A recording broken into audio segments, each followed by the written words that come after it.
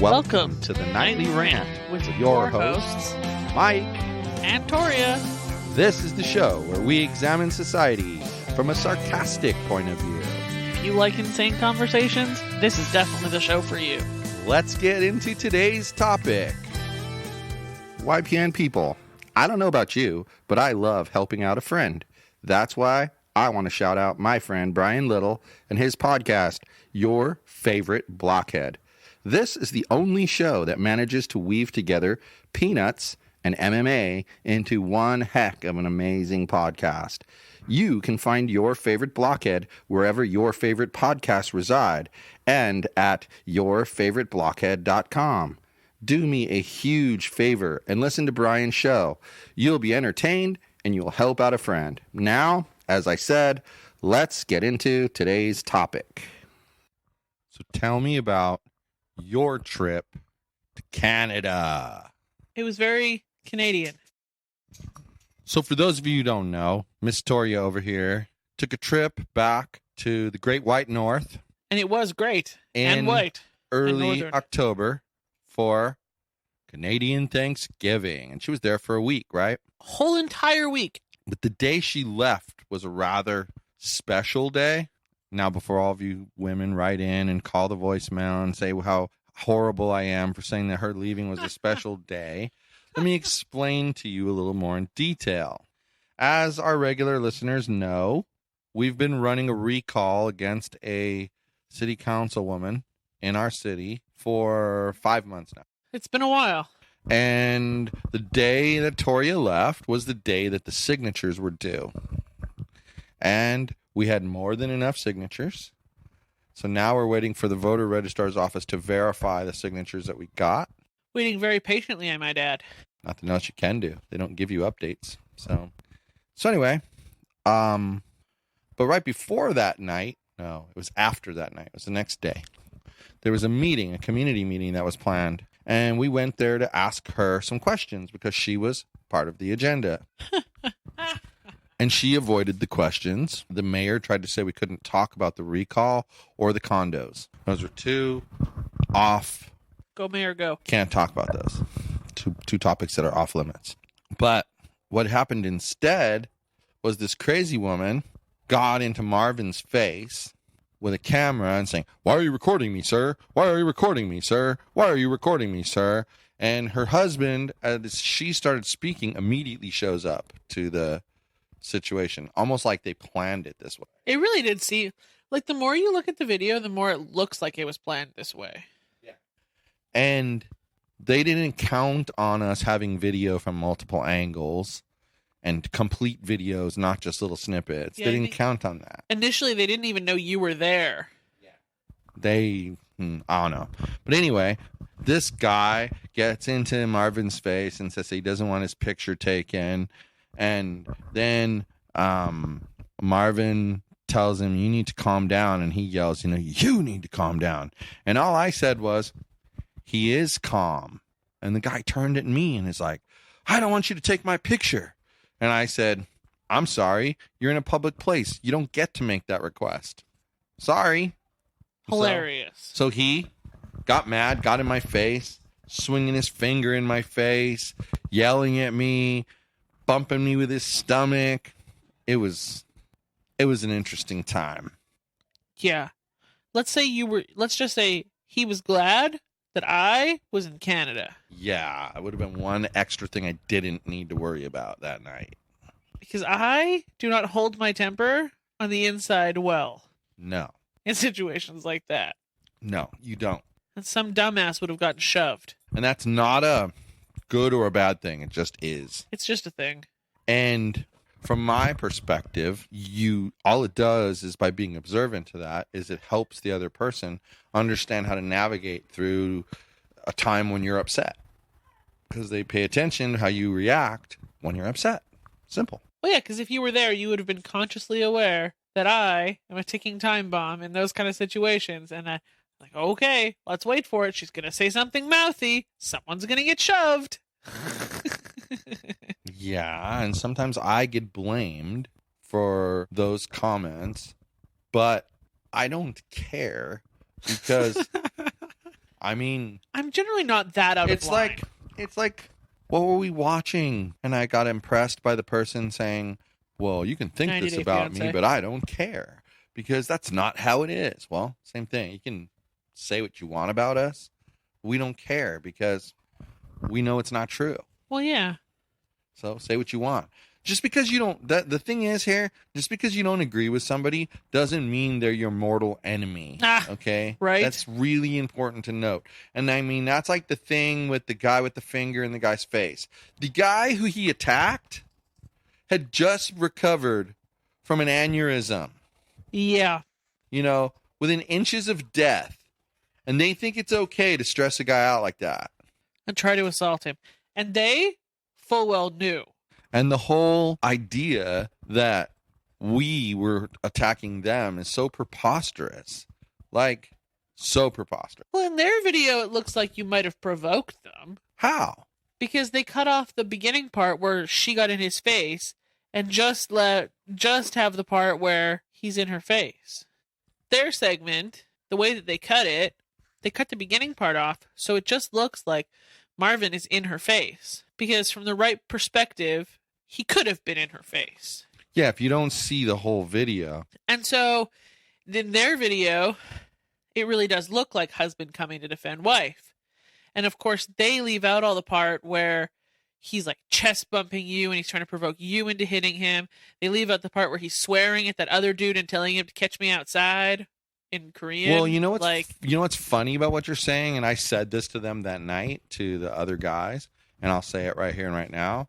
They go around talking about Marvin and I like we're such violent, vile people. But they are. And that we would just, go off at a moment's notice. And they purposely tried to bait us into doing that. And we did not bite. Like, when that guy's coming at me, I could have stood my ground. Still don't even have to hit him. I could have just stood my ground. Police officer even told me this. Could have just stood my ground. He could have bounced off of me. That's on him. That's not on me. I'm not obligated to move out of his way if he's going to come at me. It's his job to maintain. Like if you're driving a car, I can't just drive right up on the ass of another car and hit it just because it's not going as fast as I would like it to go. You were literally as passive as you could be while maintaining your ability to videotape things in public. Yes, that was it. Didn't fight back. Just essentially. The most aggressive thing you said was get your finger out of my face. Yeah. That's not even aggressive. Anyway, it is interesting how they edited it, but they're the ones that they're aggressive maniacs. Like, we didn't do anything. Right. Nothing at all. Absolutely ridiculous. There's even in the video, they talk about how Keith was running around after her. Yeah. Asking questions and that's crazy and harassing. In the video, he walks up to her after when the questions and answers starts first, and he says, I have a question, Miss Park. And she says, oh, hold on. And she's holding on to this old lady's hand. And she says, she asked me a question first, so I'm going to answer her question first. Now, he was where they designated her to be, and he was the first person there. So tell me again how the lady asked her question first. But besides that, the lady supposedly asked the question first. I'll answer yours as soon as mine's done, and then proceeded to take the lady by the hand and drag her across the room to the middle of the room. So he merely followed because he was next in line for asking a question. If she stayed in one place, he would have stayed in one place. Exactly. She was the one who was moving and dragging that poor old lady with her. Yeah. And then as soon as the old lady ducked out, that's when the woman and her husband attacked Marvin. Well, of course, because it was the diversion. Yeah, as soon as that person was out of the way, that's when they moved in. It's just really interesting that these people try to spin it that you guys were aggressive when all you were doing was videoing a community meeting. That's because their expectation was that we were going to be aggressive. But as we've said all along, we would fight for what was right in a fair, ethical manner. It's just that simple.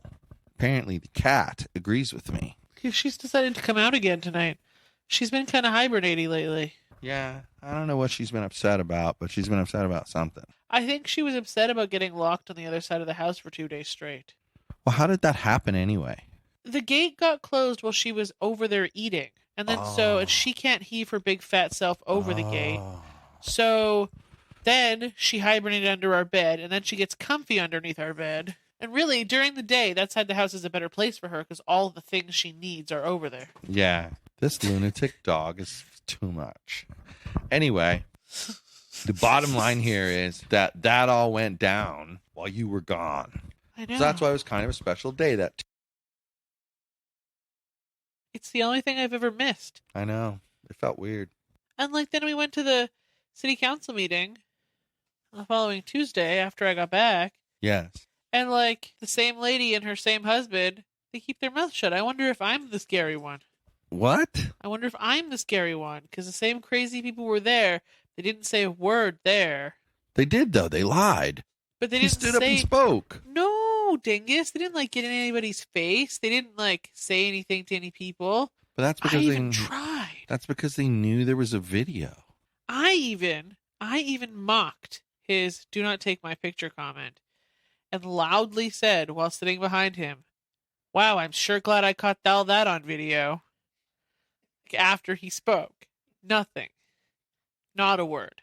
Well, that's because their attempt at setting us up didn't work. Right. So they were being extra cautious. But it was interesting, though, that it all happened while you were gone. Because what I was trying to say before was I would have had to worry a little bit about you, and I would have had to focus some of my brain power at you to help keep you, okay, let's just let that go. And I wouldn't have been as good at giving the bigger picture approach. Well, because you also get protective, and I would have also been recording everything. Right. So I would have been one of 3 targets, and it would have just been...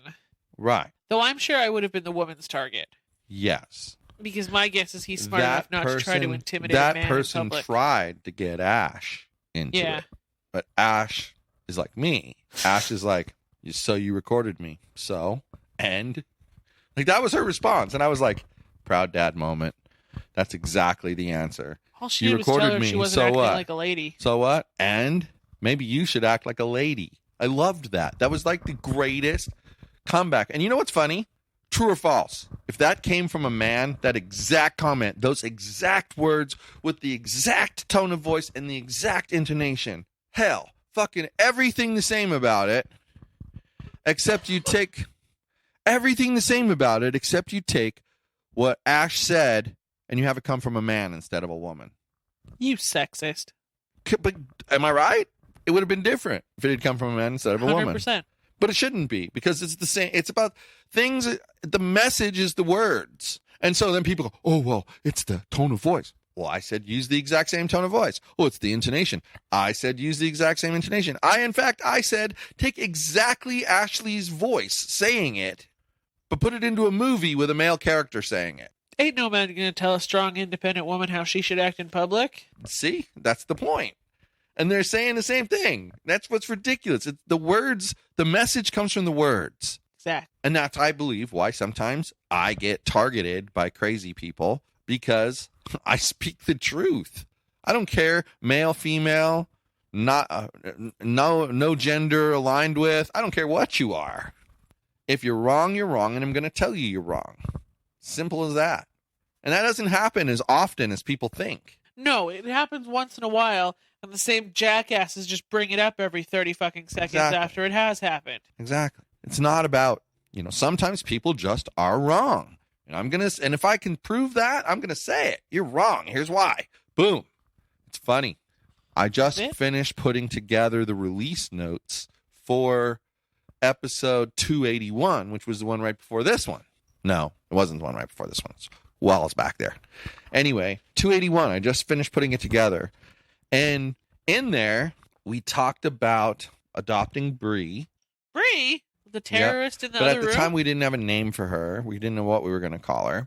And so we said she had multiple names because we didn't know if we were going to call her Minnie, we settled Breezy, or Bree. But we settled on Bree. But anyway, what I'm getting at is we were very skeptical of motivation from other people at that time. We were very skeptical of it. And we were cautious back then. Right? So that was last year? And then this year, we're more confident, and like, I don't know, it's kind of like this. You know that I always say that what other people think of me is none of my business. And you also know that I believe that. But I think there's times when I don't act like I believe it. Right. And I think that this last year, I've acted like I believe it. Does that make sense? Yes. And I wasn't perfect at doing that, but I was a hell of a lot better than the year before. Seems And I feel like reasonable. that's evolution right there for me. You know? Personal growth. Yeah, it's evolution. Personal growth. And I think that is kind of cool to like recognize, like to realize. But it all still comes back to what we were talking about. Like, people just need to understand all of this happened because people can't grasp that you can be on different sides of an issue and not want to kill each other. Really. Like, I wish nobody harm. Not a single person should be harmed. Nobody. Not a single person was harmed in the making of this podcast. Exactly. And that's how it should be. Not a single person should be harmed. It's just how it is. But I can still disagree with the other side and not want them harmed. Anyway, here's the deal, all right? Bottom line, act like an adult, let people disagree. Don't act like they want to kill each other, because that's not true. I personally wish no harm on anyone in any way, shape, or form. Period. And that's moral of the story. Good night, everyone. Hasta la bye-bye, snowflakes. Thank you for listening to the Nightly Rant. If you enjoyed the show, please give us a 5-star rating on Apple Podcasts or Google Play. If you didn't enjoy the show, please just ignore that previous request for a rating. This has been a Yogi's Podcast Network production.